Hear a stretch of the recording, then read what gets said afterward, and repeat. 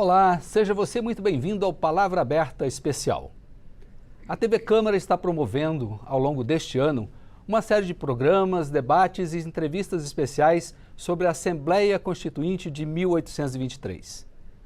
Para muitos historiadores, ela marca o início do parlamento efetivamente brasileiro, pois, pela primeira vez, deputados eleitos trabalharam para redigir uma Carta Magna com um novo ordenamento jurídico para o Brasil, então recém-independente de Portugal. Numa série de programas especiais do Palavra Aberta, vamos conversar com deputados federais que integram a comissão especial, criada pela Presidência da Casa para as comemorações dos 200 anos do Parlamento. Eu sou William França e no programa de hoje a palavra será do deputado federal Afonso Mota, que representa o estado do Rio Grande do Sul pelo PDT e está em seu terceiro mandato aqui na Câmara.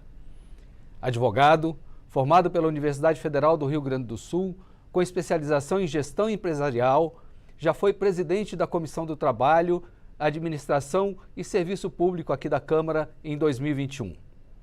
É autor do livro Advogado da Política, de 2014.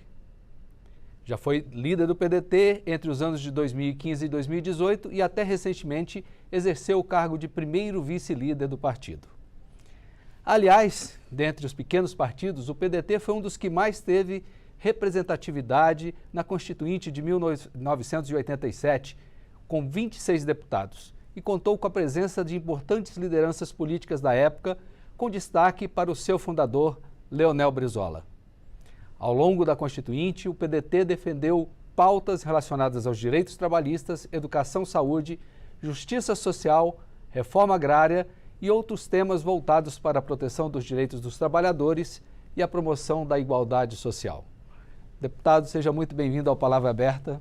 Muito obrigado, William França. É uma grande alegria poder ocupar esse espaço, estar no Palavra Aberta, poder dar o nosso depoimento e a nossa contribuição, valorizando muito esses 200 anos do nosso parlamento, ao qual eu tenho tanta estima, tanta consideração e me sinto também aqui no exercício dos meus mandatos. Muito bem.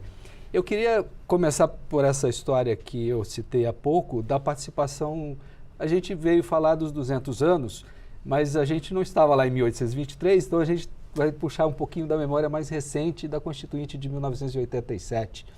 E o senhor veio de um partido que teve uma participação efetiva e teve um grande líder, e que o senhor, eu soube, que é um ardoroso cultivador da sua memória, que foi Leonel Brizola. O senhor podia contar um pouquinho para a gente sobre quem foi esse personagem da política brasileira? Sem dúvida, eu trago uma referência muito importante de berço. Meu avô, meu pai, meu tio, figuras que sempre acompanharam o Brizola, o Jango, o Getúlio e o trabalhismo em particular.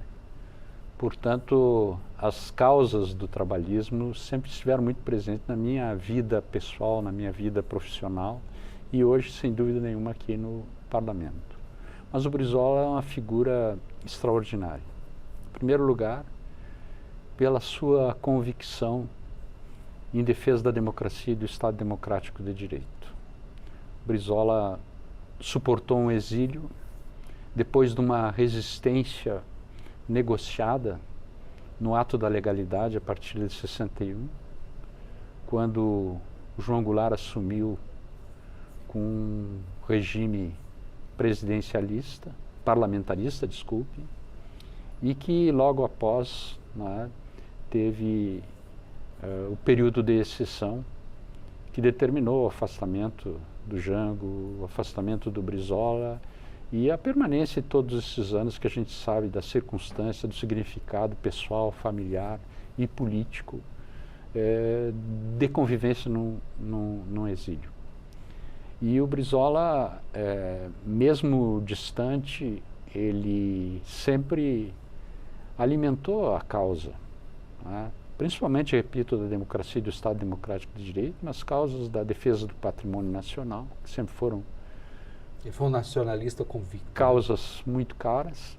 A defesa intransigente da educação, ele, como governador do estado do Rio Grande do Sul, como governador do Rio de Janeiro, tem uma obra extraordinária na defesa da educação, né? Em primeiro lugar, com o conceito do tempo integral, que agora, de certa forma, começa a ser recuperado, e com a construção de instituições, de estruturas que especialmente garantiam à infância acesso àquilo que é essencial para a formação, né, principalmente aqueles que menos possuem, né, os menos favorecidos. É uma estrutura para que a criança permaneça na escola, não é isso? Para que permaneça na história. A par disso, nunca desistiu, teve uma participação permanente no debate nacional, não só na formulação da nossa Constituinte, nos grandes debates nacionais, mas no enfrentamento do dia a dia, quando uma voz de oposição, né, uma voz com a trajetória do Leonel Brizola, tinha grande repercussão. Há pouco nós conversávamos informalmente e falávamos do novo momento que vive a comunicação social no nosso país, com as plataformas digitais, com grandes transformações. E o Brizola tinha o poder de fazer as pessoas sintonizarem nas ondas do rádio, né, para levar a sua mensagem, que acabava tendo grande repercussão. Ele era um comunicador nato. Era um comunicador nato. Então é com muito orgulho que nós damos seguimento, mas sempre compreendendo o momento que nós estamos vivendo, o desafio, nós vivemos um grande desafio no nosso país. Está me falando também, dentro dessa nossa conversa preliminar, do seu grande orgulho de estar como deputado federal neste momento. E o senhor carrega todo esse berço que o senhor lastreou aí agora, não é isso? Sem dúvida, claro, sou um advogado, mas com essas referências eu cheguei aqui no parlamento, já depois não fiz a carreira, gostaria de ter feito, né? A vida vai por caminhos que nem sempre a gente controla, né? Mas não fui vereador, não fui vice-prefeito como foi meu pai, não fui deputado estadual. Quem foi seu pai? Conte por Cassiano Paim da Mota, meu pai, uma figura marcante, um homem também de muita resistência. Durante o período de exceção da Revolução, resistiu muito, várias vezes foi chamado, foi preso. E isso também marca bastante assim, o nosso compromisso, né, com a defesa da democracia e do Estado democrático de direito e a importância da participação política, né? Então, é claro, eu até pela formação jurídica também, né, um pouco a gente acaba tendo gosto pelo conjunto de processos e formulações que funcionam aqui na Câmara Federal, né? Eu sou um ativista, deve ser a terceira ou quarta vez, eu não tenho isso bem claro, que eu sou o primeiro vice-líder da bancada, depois de ter sido líder, com atuação preferencial no plenário. Eu gosto muito do plenário, de acompanhar a pauta do dia a dia, de fazer um debate com a nossa equipe técnica no sentido de preparar as matérias, de fazer articulação com os colegas de bancada. Isso é muito importante no sentido de estabelecer prioridades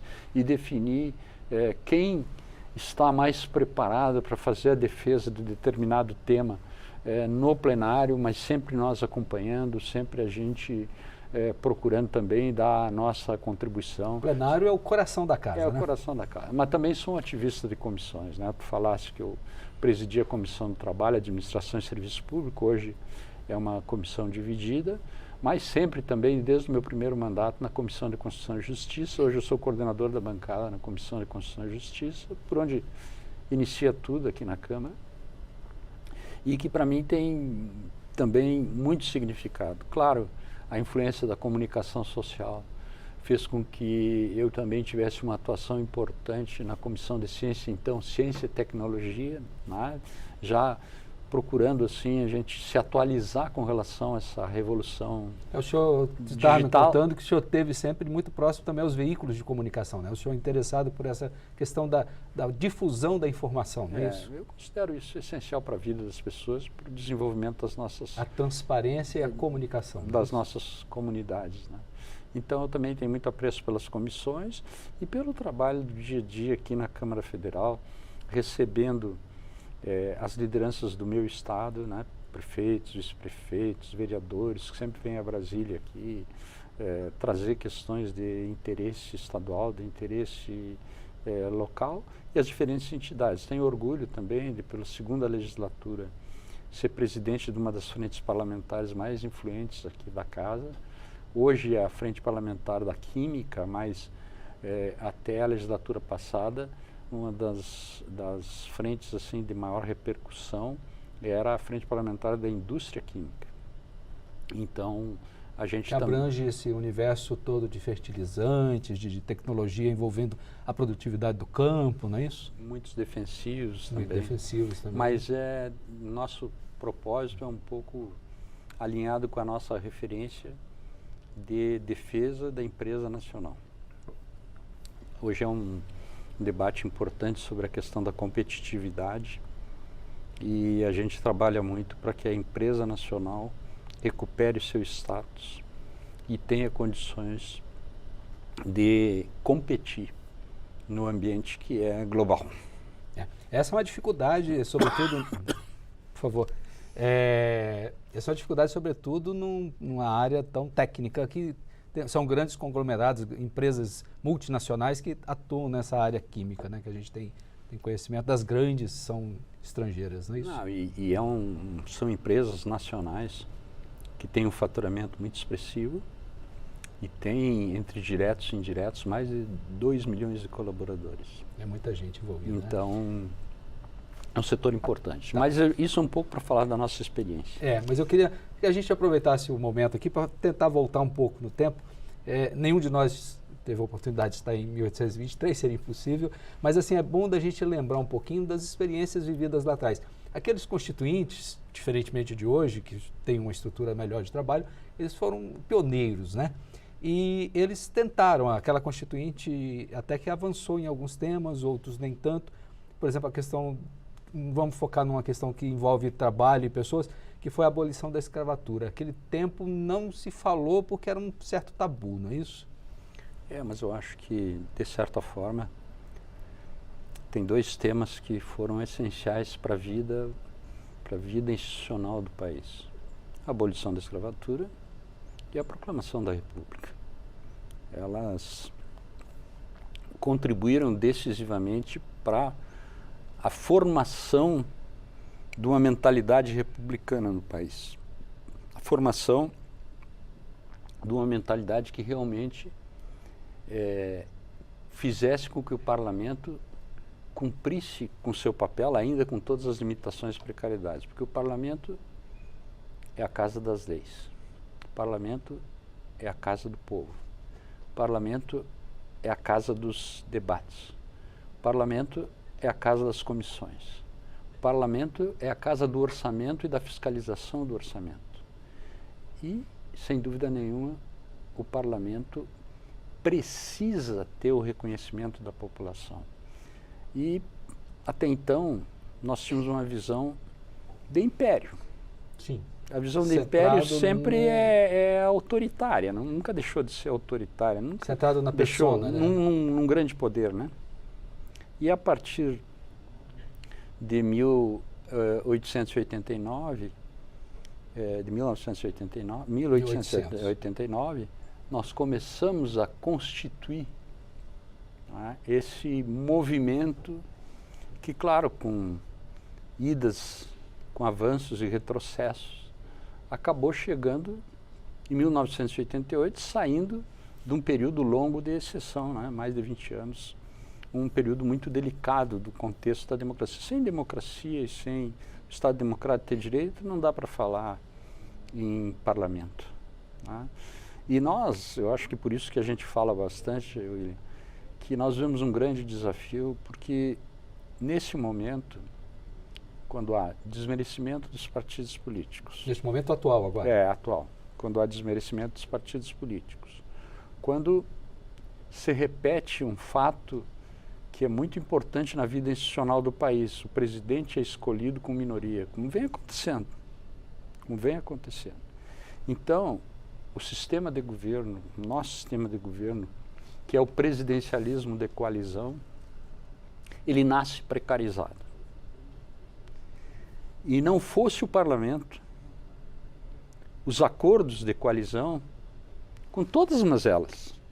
Eu estou aqui óbvio que passa por mim diuturnamente o conjunto de questões que envolvem os interesses, que envolve, né, só para chegar mais perto da população, a indicação de recursos, que envolve a ocupação de espaços públicos. É óbvio que isso aí está presente.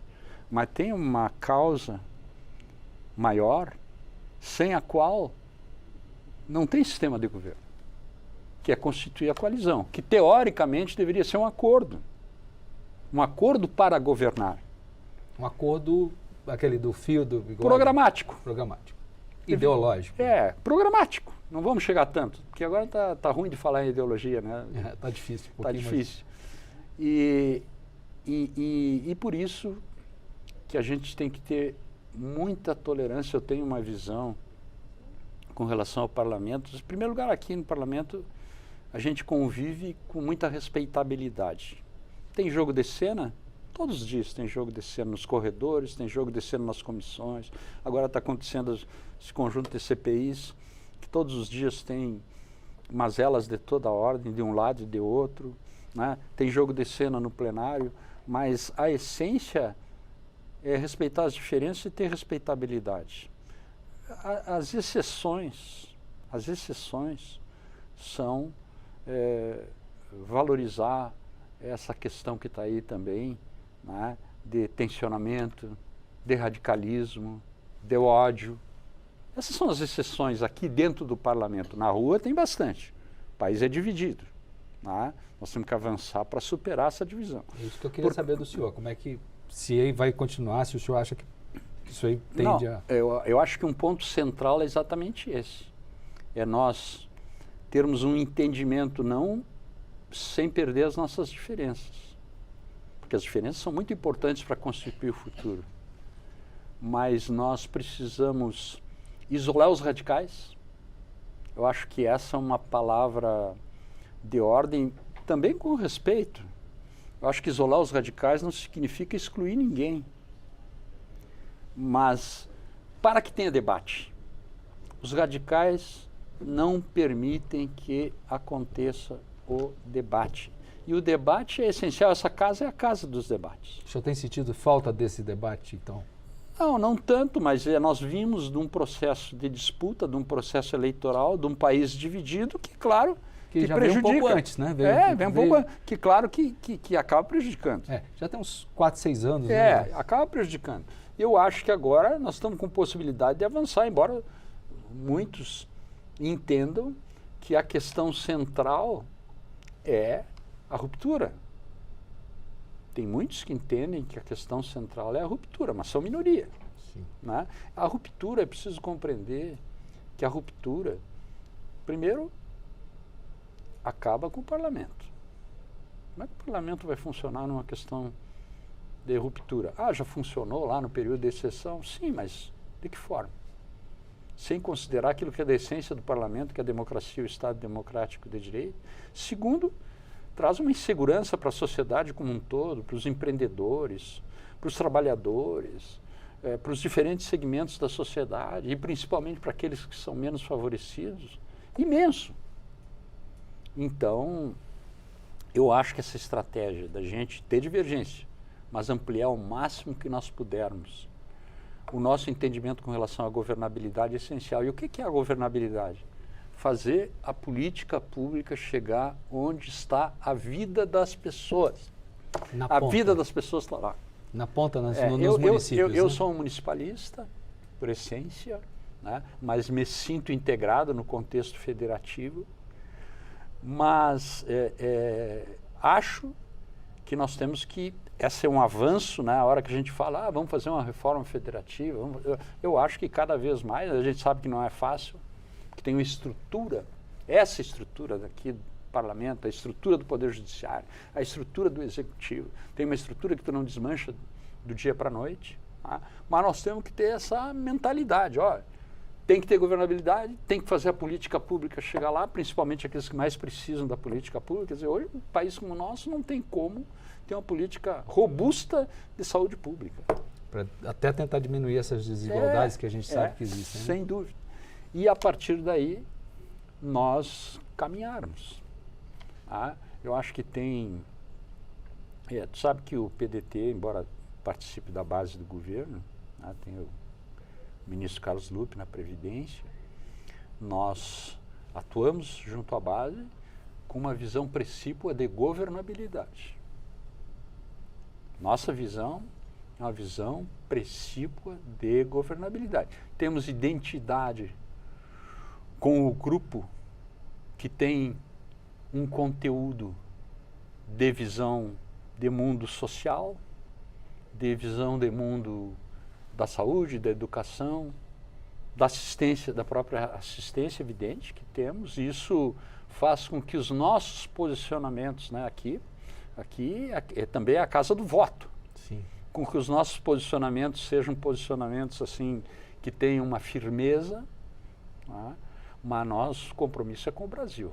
Né? Nós achamos que ainda é tempo dessa casa, né, mesmo que tenha que fazer os ajustes, tenha que formar coalizão possível, né, dessa casa realmente ter uma visão de país, né, uma visão que garanta a democracia, que garanta a pluralidade. Né? Essa é outra evolução que eu acho quando a gente pensa na Constituinte de 83, né, essa dos 200 anos. 1823. 23, esses 200 anos.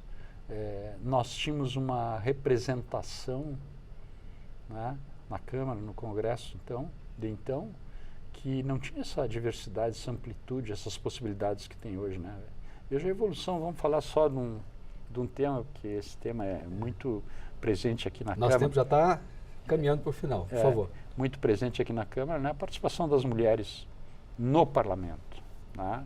Uma evolução extraordinária, muito longe daquilo que a gente acha justo e correto, mas uma evolução muito importante. Deixa para ti então aí, para tu encaminhar. Muito bem.